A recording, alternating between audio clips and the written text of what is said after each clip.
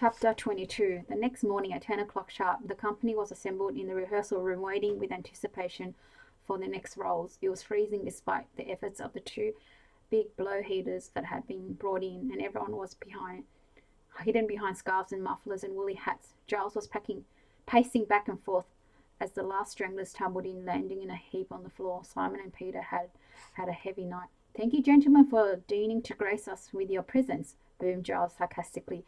"You can, in fact, pick yourself up and go and get coffee for the rest of us as a punishment. You have very little to do in the next production, but I shall expect to see your support in other areas." The boys mumbled apologies and scrambled off to make the coffee.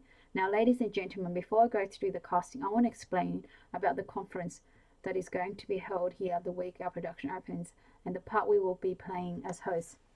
It is the annual conference of the Association of Repertory Theatres, and they hold it every year in a different theatre. They also like to open with a bit of a bang, so Lysistra has appealed to them enormously, and they have announced that the conference proceeding will coincide with our first night. There will be a do afterwards, which they fund, I am delighted to say, and all they ask of us is that we stay after the show and chat to all the dignitaries and such.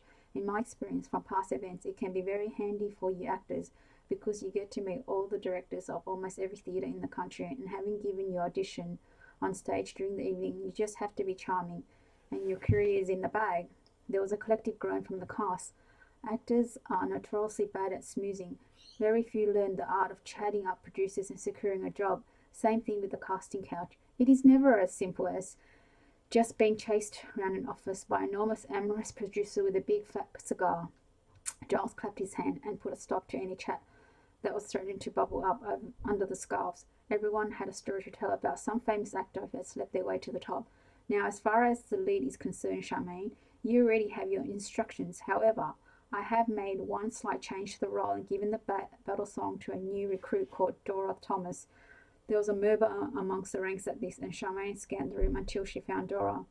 The latter was not difficult to spot, as she was sitting bolt upright in the centre of the actors, looking bright-eyed and bushy-tailed. "Secondly," Giles boomed on, "Sally will be singing a big new number at the top of Act 2, and I have combined the parts of the neighbours and the council member who opposes Lysistrata into one role, which will be Sally. Peggy, you are the oldest woman in the village." This brought much laughter from the cast and a howl of displeasure from Peggy, though she turned it into a superior smile as she explained. "Listen, you toe rags. It is the best part in the play, and I will wipe the floor with you all. Wait and see."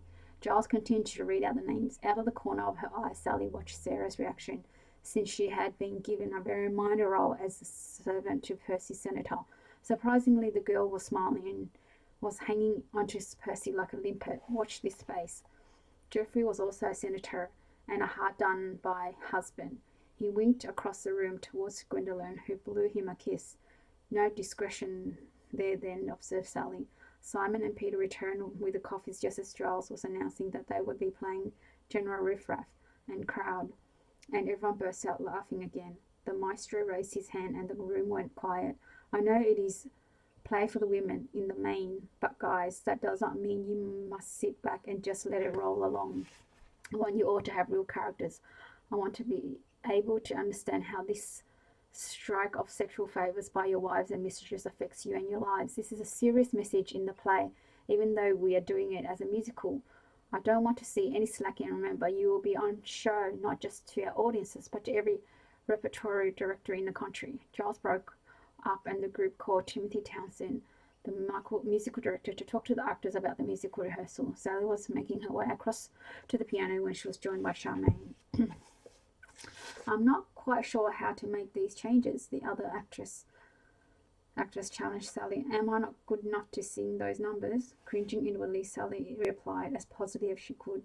"I know, I just think Giles needed to spread the music a bit, so we all gotta go. You have that lovely song to your husband, and I expect Giles thought that as you have so many more lines to learn than the rest of us, you could concentrate on them and not worry about all the numbers, which, let's face it, do take a great deal of time."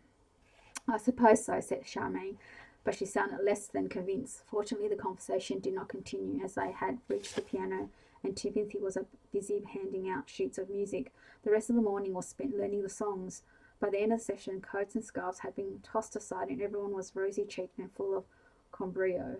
Singing did that to people, thought Sally, who was having the time of her life, as was her sister. Dora had sung her number note perfectly, and the room had responded with a round of applause. The girl was in her element. It was only when they broke for lunch that Sally realised that Jeremy had not been in rehearsals. How odd, she thought. She went to the props room to find Heather, who was the font of all knowledge. After Gladys at the stage door, of course. He had a dentist appointment, announced Heather, but he did ask me if he needed come back. But he did ask me if he needn't come back until after lunch. As he is not in the play, I thought there would be no harm, and he did have a list of props he was going to pick up for me. Sally wondered what was going on with her friend. Still, there was plenty of time to find out later. For the moment, she had work to do, starting with keeping her sister's feet on the ground. The next few days were full on for the girls. The songs had to be learned before Giles could really tackle the emotional content of the play. The other big challenges was the costume. Giles and Gwendolyn had this idea of flimsy and sexy to enhance the idea of women's femininity, while at the same time showing that the women themselves were not flimsy in any way, and as far as sex was concerned, they would use every trick in the book to make her husband's lives hell until they agreed to stop going to war. Gwendolyn had all the girls around the table in her office while she produced sketches of each character's costume. "Oh, Charmaine, look at yours," yelped Dora, holding up a drawing of the skimpiest costume they'd ever seen. "It's more of a handkerchief than a dress." Charmaine looked a little taken back, but Gwendolyn was ready. Charmaine didn't look so worried. "It will all be very tasteful, and I will only work to your requirements, but I do want you to look incredibly sexy. I've also got some gorgeous wigs to show you. Listen up, everyone. We want a feeling of this hot Greek island full of lushness and sensuality against the horrors of war. These women have had enough of months and months without their husband, who went away fighting while they had to tend to the fields and work hard to make ends meet. They want to be feminine again and enjoy the fruits of their labours. So by withdrawing their sexual favours from their husbands when the men get back from fighting, they are making a strong statement, not just about peace, but the needs and importance of women on every level, by emphasising their physical appearance and attractiveness. I want not only the men in the audience to really understand what it must be like for the poor homecoming husbands, but I want women to realise that being attractive is not about being a victim. We do not make ourselves gorgeous just for our men, and we can use our attributes for important issues, not just to please our husbands." She paused for breath. "So we will start with Charmaine, and then I will fit Sally, and then Dora. Sarah has gone on an errand with Percy, so I will fit her last. We have got a teacher joining us from the local stage school. Apparently she used to be an actress years ago, and she's happy to be in the chorus, and I think our very own Janine is going to join you on stage." She turned to Janine, who was busy ironing costumes as usual, and Sally gave a cheer and was joined by the others. Janine did a curtsy and looked very pleased. "Just don't expect me to sing by myself because I am tone deaf," she warned them. That doesn't bode well for the company numbers," said Charmaine, looking displeased. "Oh, don't worry, I am only kidding. I can hold a tune, okay? I just don't want to sing on my own." And unruffled, Jane went back to her ironing. "Right, come on, ladies, let's get down to business. Charmaine, try this. Sally, take this one, and Dora, you try the red one." Dora screamed with delight. "Oh, how brilliant. I have always wanted to be a redhead." Sally and Charmaine took their wigs to the dressing room and sat next to each other in front of the mirrors. "I must say, I had hoped my debut leading role this season might have been something a little more serious," lamented Charmaine as she pulled the mass of strawberry blonde curls onto her head, while Giles mentioned Lysistrata originally to me. I thought he meant the play. He never mentioned music or singing. Oh, my giddy aunt. Charmaine had been stopped in her ramblings by the image staring back at her from the mirror. Sally had to turn away and pretend to be struggling with her wig, so not to laugh out loud. There was so much hair one could barely make out Charmaine's underneath. She resembled Jane Fonda in Barbarella. "This is ridiculous. Where's Gwendolyn?"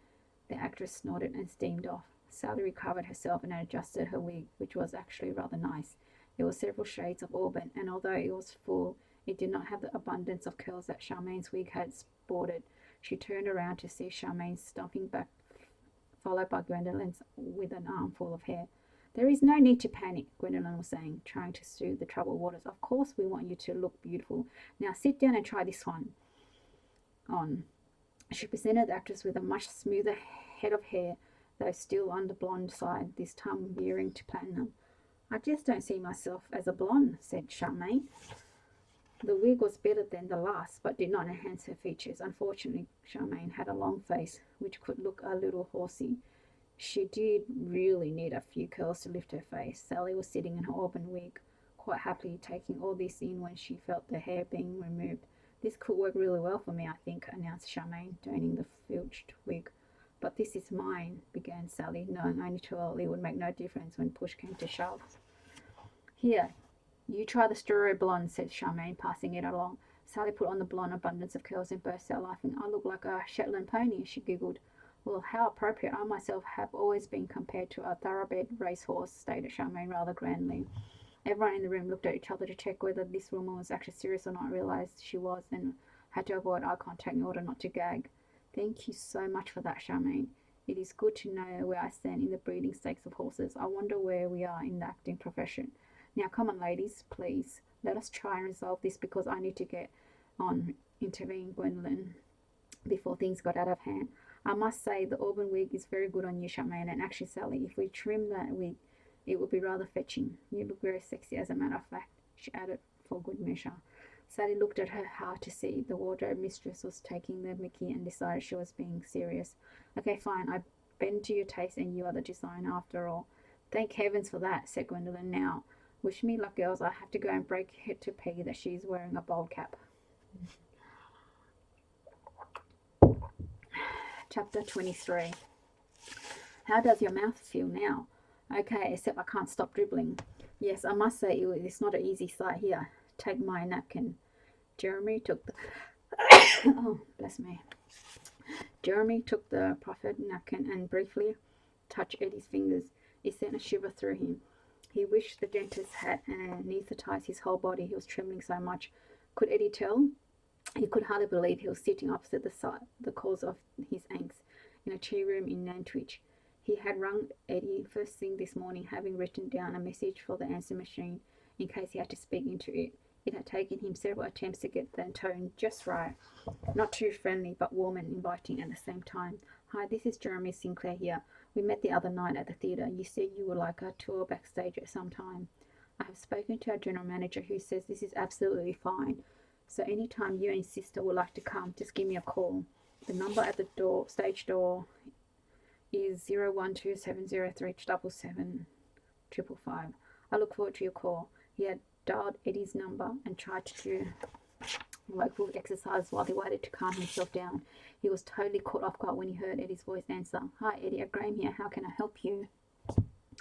Oh, hi, huh? Oh, hi. Is this Eddie? Blimey, I wasn't expecting your voice at all. Sorry, you have completely thrown me. Jeremy could feel his cheeks burning and was so glad that the recipient of the call could not see him at this moment. Is that Jeremy by any chance? Asked Eddie. Yes, it is. I am so sorry. Please forgive me for being so pathetic. I just assumed you would be out of the field somewhere, as you told me you were working on the estate. Jeremy was trying very hard to pull himself together and sound like a grown-up. Well, normally I am, but I'm waiting for delivery of animal feed. Fascinating life I lead, don't you think? Eddie laughed, and Jeremy had a mental picture of his beautiful face lighting up. So what can I do for you? Eddie continued. Well, I was wondering if you and Tilly still wanted to come and look around the theatre. I'm actually free this week, as I'm not in the next production, so I have plenty of spare time, explained Jeremy. Oh wow, that would be tremendous. Thank you so much. I will have to check with Tilly, as she has school. If she can't make it, could I come on my own? Eddie asked. Jeremy felt his heart leap into his mouth, and he desperately fought to keep control of his tongue, which was trying to tie itself in knots. Yes, not a problem. Just give me a ring at the stage door. Have you got a pen? The number is 01270377755. Got it. Right. Fantastic. Thank you, Eddie said. How is it all going? Are you getting good audiences? My father mentioned that you had a good write-up in the local grag this week. Yes, really good, thanks, replied Jeremy. I am just off to the dentist in Nantwich to have a filling done. Not looking forward to that, I can tell you, but it is fortunate I'm not working this week so I can get it sorted out.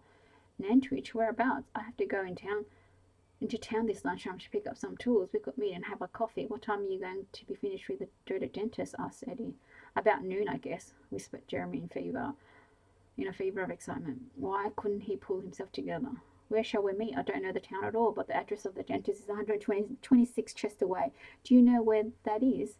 Oh, yes, I know exactly where you're going. I tell you what the best thing to do is. You wait there and I will pick you up and we can find a coffee place somewhere around there. How does that suit you? Jeremy agreed. The phones went down and he was left in a state of complete panic. What was he doing? That was madness. And here they were 3 hours later, sitting in a quaint little tea room, and Jeremy was trying not to dribble on the tablecloth. They found so much to talk about, amazingly. The conversation flowed, and they had laughed and joked like old friends. I guess I had better make a move, or I'll get the sack, Jeremy said finally, remembering he had some shopping to do for Heather for the theatre. Can you tell me how to get back to Crewe? I came by train, but I can't remember where the station is now. Don't worry, I'll take you. It is only around the corner. And there are loads of trains. Come on. They both got up and Eddie paid the bill. You don't have to do that, protested Jeremy. Let's split it. Eddie laughed. I think I can afford a tea cake or two. You can pay next time and we can go out for dinner.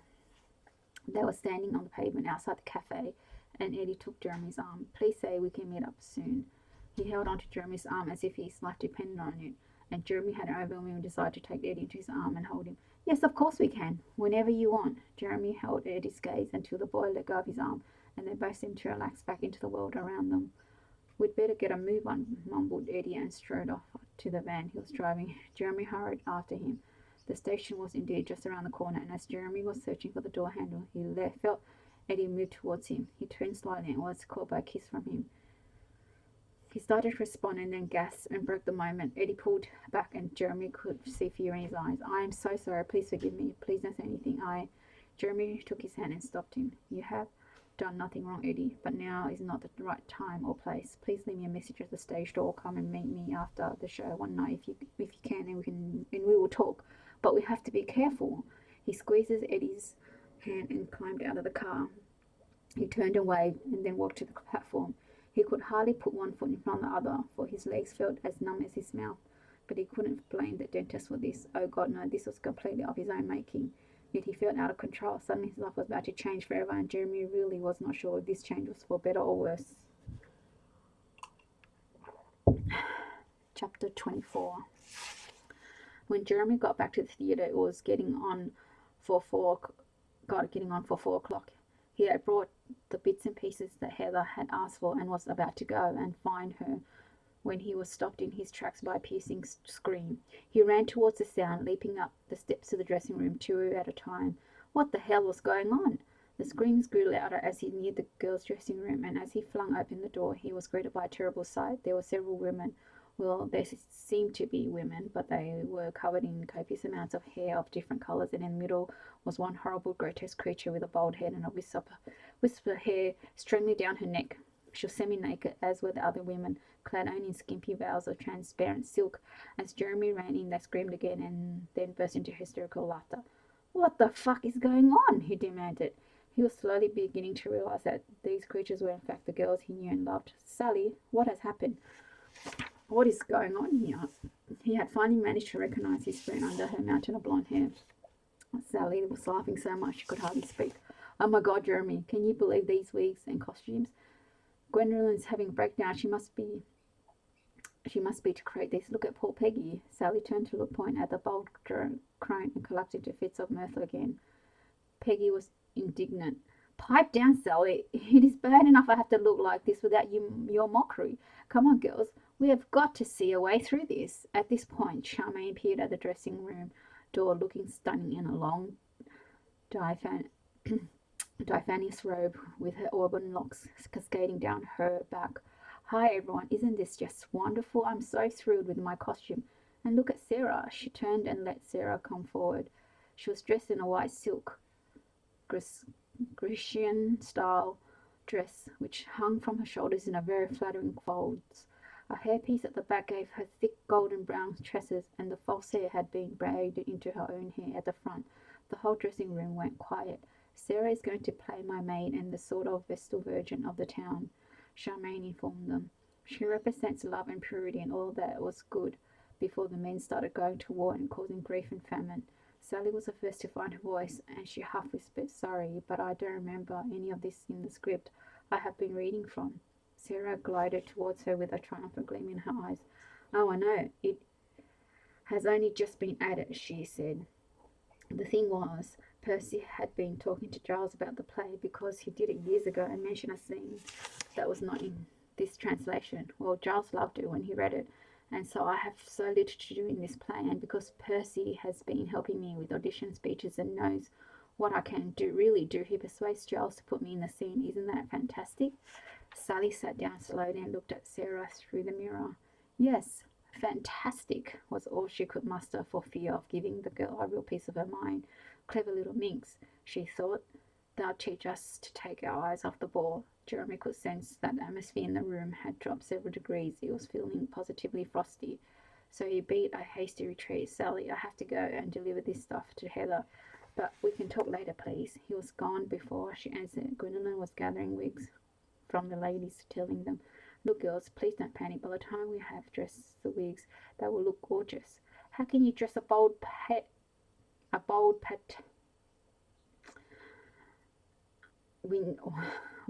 whined Peggy. "Do I really have to play this old hag? What have I ever done to Giles to deserve this? I will never work again." Dora came to the rescue and put her arm around the distraught actress. "Now listen to me, Peggy. You are a fantastic actress, and you will make this work. In fact, you are the only one who can make this work. Think of that scene where you get us all in the square and talk about women and what we do for society and how beauty is such a fleeting distraction. All that stuff, anyway. Your voice and strength on stage will be fantastic, and maybe Gwendolyn, Peggy can wear a robe of some sort that has a real quality to it, to balance the head and the boldness, something in a wonderfully rich colour." Gwendolyn responded with a perfect answer. "Absolutely, you are quite right, Dora. Peggy's character should have a regal quality about her. Time has ravaged her looks, but not her mind." Everyone waited to see Peggy's reaction. The women knew how to hold a moment, and she milked it for all it was worth. Slowly she raised her head and wiped away a tear. Slowly she rose from her seat and walked to the door, and then turned back to the room. A straggling wisp of hair strayed across her face, and she blew it away, declaring, "Onwards and upwards. Girls, I have never been beaten by a role yet. This will be my greatest challenge, and I shall embrace it with all my being. Bold is beautiful." With that she turned and twisted out and swished out. Everyone let out a sigh of relief. Sally turned to Dora and said, "Come on, sis, let's go and get some tea and take these bits of hanky off.